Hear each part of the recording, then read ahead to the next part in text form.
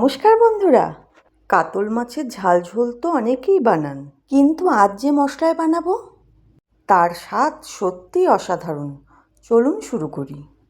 প্রথমেই নুন, হলুদ, লঙ্কার গুঁড়ো আর সামান্য সর্ষের তেল মাখিয়ে 10 মিনিট রেখে দিলাম।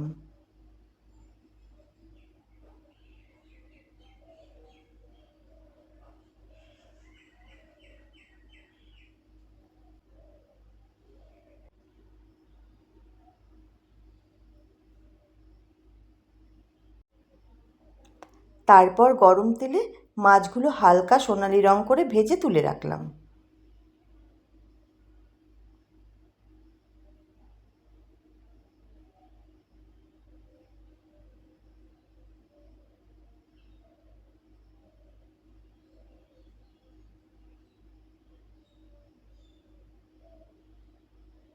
এবারে ঝোলের আসল স্বাদের জন্য ধনে, জিরে, শুকনো লঙ্কা, এলাচ আর গোলমরিচ শুকনো কড়াইয়ে ভেজে ঠান্ডা করে গুঁড়ো করে নিলাম।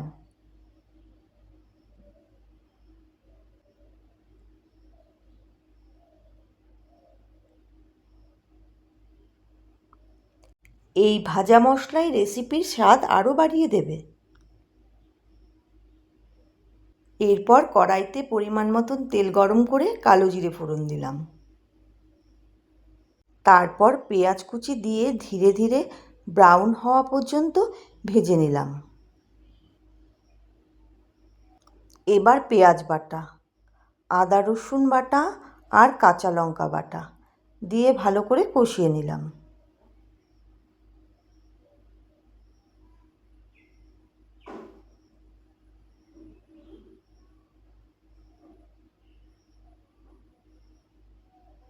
এরপর টুকরো করে কাটা টমেটো দিয়ে নরম হওয়া পর্যন্ত রান্না করলাম।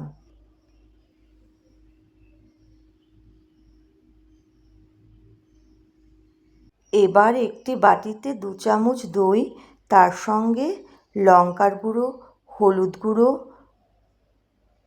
পরিমাণ মতো নুন ও চিনি, ভেজে রাখা মশলার গুঁড়ো ভালো করে মিশিয়ে কড়াইতে দিয়ে দিলাম।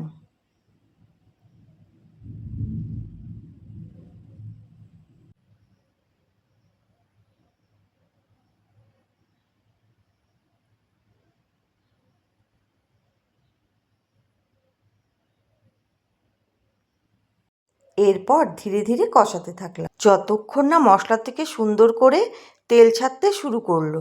মশলা ভালোভাবে কষে গেলে পরিমাণ মতন জল দিয়ে ঝোল ফুটিয়ে নিলাম।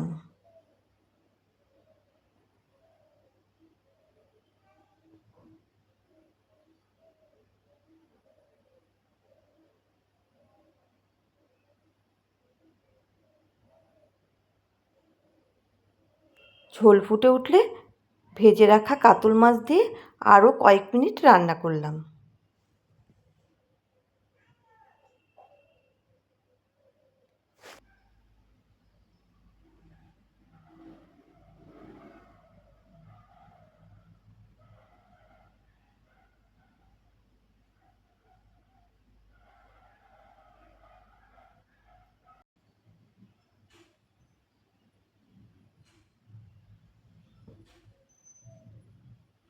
সবশেষে কয়েকটি কাঁচা লঙ্কা দিয়ে নামিয়ে নিলাম।